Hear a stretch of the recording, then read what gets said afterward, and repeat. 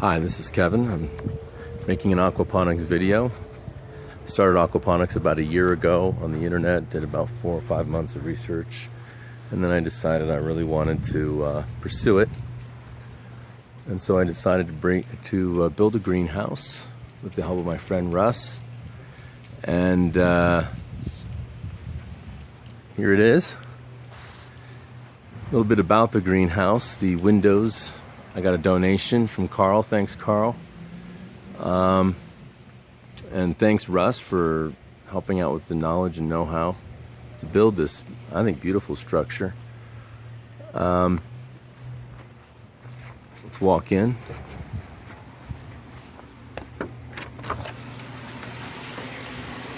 So let's go through some of the plants first. This is a garden. First, a little bit about aquaponics.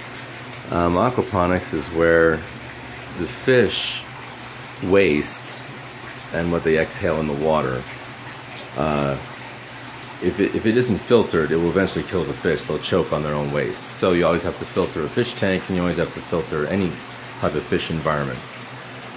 So the fish waste goes from this fish tank, which I'm showing you right now, through that pipe you can see to the left of the fish tank, and around, and it distributes that fish water that has the waste in it to these aquaponic grow beds. And this is the shell. I use expanded shell. I get it at the Utilite Corporation up here, about an hour away from Salt Lake, Utah. That is my medium.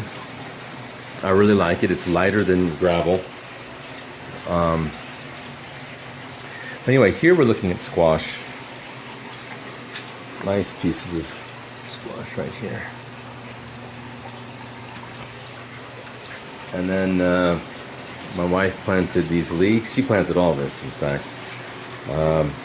She planted this cucumbers. Got some cucumbers coming in.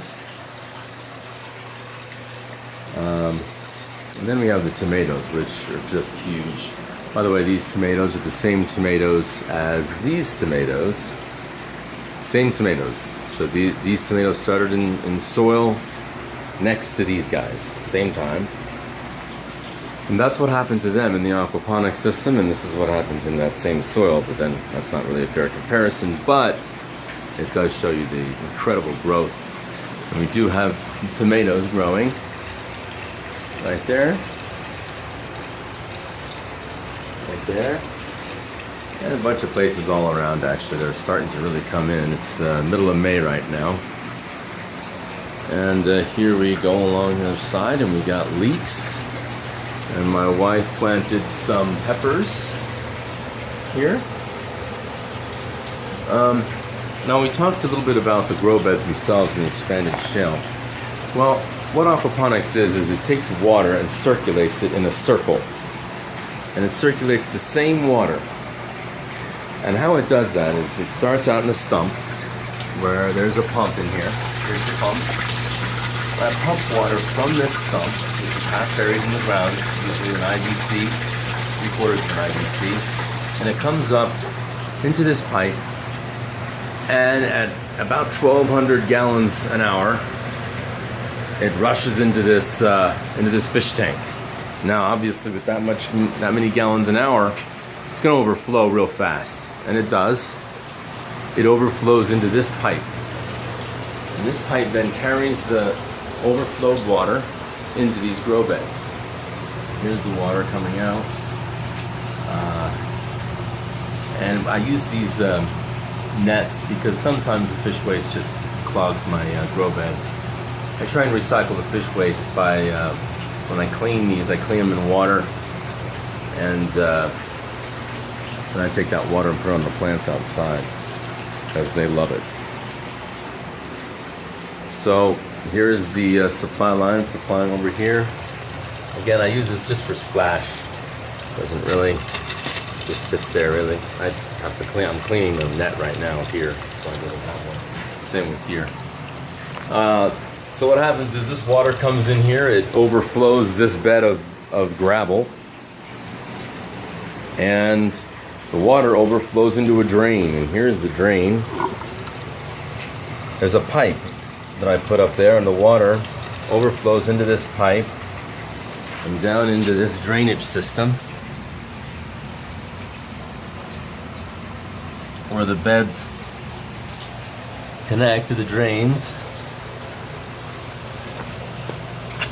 and then the drains go into the sump. So the water goes back into the system, and this is where the water comes in so that the pump has continuous amounts of water to pump into the fish tank at 1,200 gallons an hour. So quite a bit of water movement. Probably not that fast because of the lift. It's probably about 700 or 800 gallons an hour.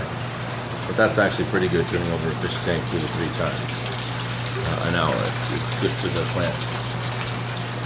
Okay, now up here, first let's show you. Put this back over here. First, let's show you the fish. You haven't seen that yet. So this is the fish tank. Here are the fish. A little bit about the fish tank. First, I got them when they were about 1 inch, and then we kept feeding them, and they got to be quite a bit bigger. Trout, so they grow up pretty fast. Maybe a couple of half-pounders there. So I have this pumping this water in here, and it goes into this pipe down here. I'll show you. And it gushes out real fast, like I said, about 800 gallons an hour. And it goes into this corner, and it pushes it into this slough, which is a solid lift overflow, which means it removes the solids from the bottom, lifts them up the pipe, and that pipe is then the overflow. Over there you can see it across the water there, overflow right in there. Right, goes out the tank, overflows, like I said, into this pipe. So it moves the solids out of the bed. That's why the bed's fairly clear.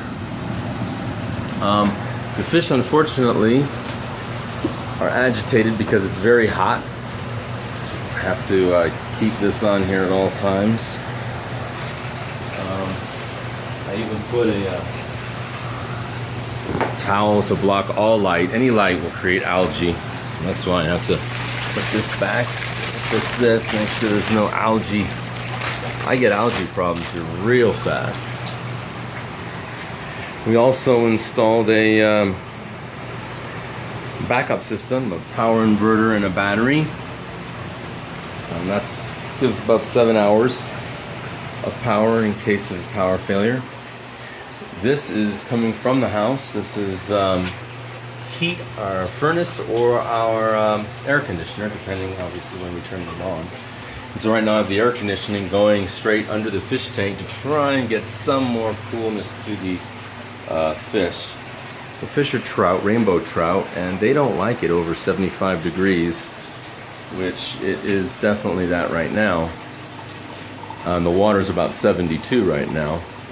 And so they're right at the edge even now, and we're still only in May, so it's going to be real challenging. Speaking of keeping the fish cool, I'm also hoping to use this, called a Baki shower. It does two things. It oxygenates the water. And for me, I want to run it at night to cool the water, hopefully to keep the fish around a little bit longer. Because if not, I'll have to go to, I'm thinking maybe bluegill, another kind of fish. This is the ventilation system. I have that fan running all the time, and I have that gable fan on a temperature so when it gets really hot, it dumps it about 90, 80 degrees up there. If it's 80, about 90 up there, then it'll start the fan. This is poly on the ceiling. And let's see, the floor is just cheap concrete blocks from Home Depot, $1 each, $1.50 each. I'll just put it over soil. It's real simple. Took a long time, but real cheap, and it's more manual labor than anything else. Let's see, windows said were free, came from Carl. Thanks, Carl. And that's about the end of our little tour of the Aquaponics greenhouse. Let me show you.